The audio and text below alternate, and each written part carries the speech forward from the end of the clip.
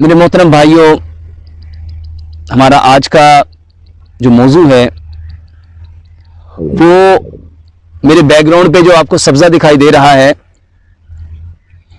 इस सब्ज़े के अकॉर्डिंग है। मैं चाहता हूं कि मेरे जितने भाई हैं, मेरे जितने दोस्त हैं, मेरे जितने चाहने वाले हैं, उनकी ज़िंदगियों में जैसे रब ताला ने इस ज़मीन को सरसब्ज़ व शादाब बनाया है, आप लोगों की ज़िंदगियां भी सरसब्ज़ व शादाब हो जाएं। मेरा आज का मौजू ये जो मर्दाना ताकत है, हम सबसे पहले ये जानने की कोशिश करेंगे ये मर्दाना ताकत कमज़ोर क्यों हो जाती है, इसके कमज़ोर होने के पीछे सबब क्या है, वो कौन सी वजूहात हैं जिसकी बिना पे एक मर्द अपनी सबसे बड़ी सिफ्त को, खूबी को खो बैठता है। मेरे भाइयों, मर्दाना कमज़ोरी हकीकत में एक चीज़ का नाम है, और वो चीज़ क्या है इसको आज समझना है। मेरे भाइयों, मर्दाना कमज़ोरी सिर्फ और सिर्फ ये जो हमारी सोच है इसके गंदे होने की वजह से, हमारी सोच के गलत होने की वजह से, हमारी सोच के बिगड़ जाने की वजह से, जब हमारी सोच में बिगाड़ आता है उस वक्त हम अपनी मर्दानगी, अपनी ताकत, अपनी कुव्वत, अपनी शुजात खो बैठते हैं। मेरे भाइयों, इसको सबसे पहले हम साइंटिफिकली समझते हैं और उसके बाद इंशाअल्लाह रहमान मैं आपको अकॉर्डिंग कुरान और हदीस के बताना चाहूंगा कि यह मर्दाना कमजोरी क्यों होती है। मेरे भाइयों, सबसे पहला सबब मर्दाना कमजोरी का वो ये जो हमारी सोच है, ये जो हमारा जहन है, इसके गंदा होना, इसका सही ना होना, इसका खराब हो जाना। मेरे भाइयों, मर्दाना कमजोरी, अब इसको हम थोड़ा सा डीपली अंडरस्टैंड करने की कोशिश करते हैं कि मर्दाना कमजोरी क्यों हुई। जब मेरी सोच बुरी हुई, अब जब मेरी सोच बुरी होगी तो मैं वो काम करूंगा जो मेरा रब नहीं चाहता, बल्कि मैं वो काम करूंगा जो शैतान चाहता है। अब शैतान क्या चाहता है? वो ये चाहता है कि मैं दोनों जहानों में नाकाम हो जाऊं। दुनियावी तौर पे मैं अपने माशरे में नाकाम हो जाऊं, क्योंकि जो मर्दाना कमजोरी होगी वो शख्स कभी भी एक अच्छा खानदान परवान नहीं चढ़ा सकता, उसकी फैमिली अच्छी नहीं हो सकती।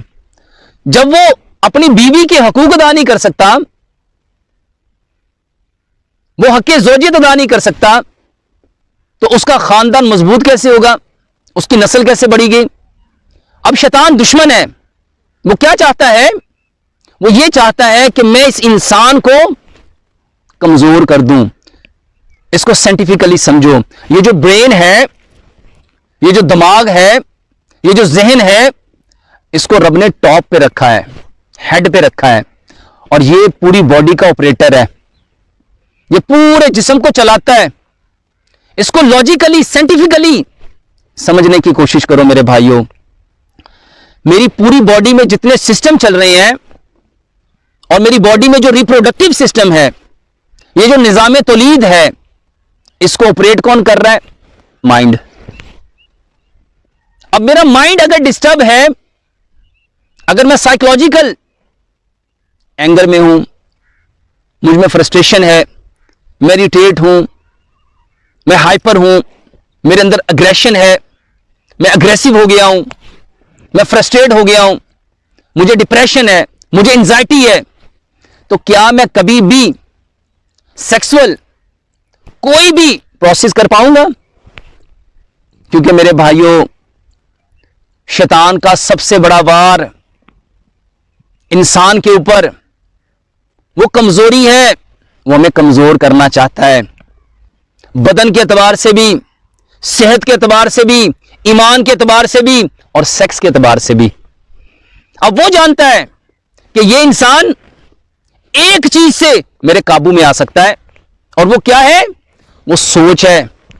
मेरे भाइयों, सबसे ज्यादा मर्दाना कमजोरी का सबब हमारे सोच का, हमारे जहन का गंदा हो जाना। जब मेरी सोच गंदी होगी तो मैं क्या देखूंगा? इसको साइंटिफिकली समझो। साइंस क्या कहती है? If your body generate the negativity then your all activity are negative. जब मेरा जहन गंदा होगा, मेरी सोच गंदी होगी, मेरी इंटेंशन गंदी हो जाएगी, तो क्या होगा? मेरा देखना गंदा होगा, मेरा बोलना गंदा होगा, मेरा चलना गंदा होगा, मेरा पकड़ना गंदा होगा। मैं जिस चीज के लिए एफर्ट करूंगा, क्योंकि साइंस क्या कहती है? जो काम जिस इंटेंशन के अकॉर्डिंग होगा वो आपको वही प्रोवाइड करेगा। मेरे भाइयों, सोच, इरादा है, नीयत है, और जैसी सोच होगी, जैसी इंटेंशन होगी, प्यारे पैगंबर जनाबे मोहम्मद सल्लल्लाहु अलैहि वसल्लम ने इरशाद फरमाया, अमलों का दारो मदार नीयत पे है। अगर मेरी नीयत गंदी है, मेरी नीयत खराब है, तो क्या होगा?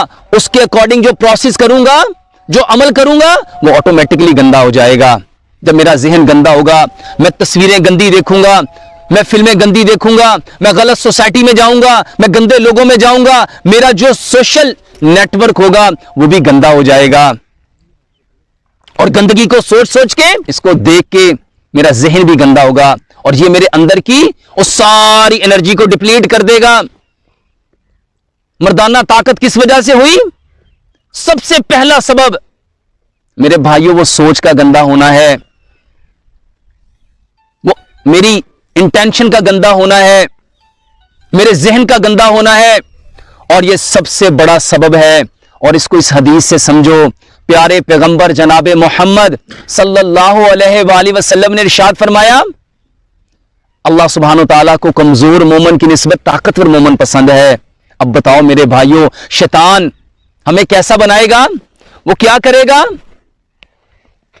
अब अल्लाह सुब्हानो ताला को ताकतवर मोमन पसंद है और शैतान को उसके ऑपोजिट होगा। मेरे भाइयों, शैतान हमें कमजोर करना चाहता है, और यही सबब है कि आज हम लोग जिस्मानी तौर पे, रूहानी तौर पे, नफसानी तौर पे और सेक्सुअल हम वीक हैं।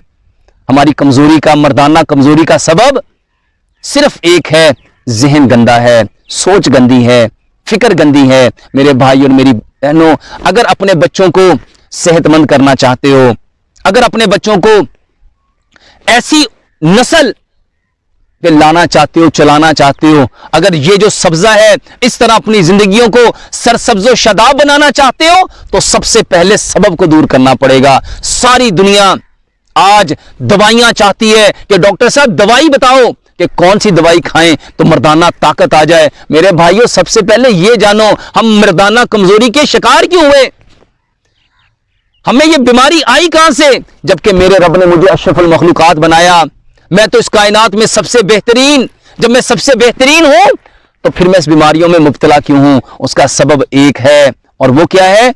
हमने अपनी नीयतों को, अपने इरादों को, अपनी सोचों को, अपने जहनों को गंदा कर लिया।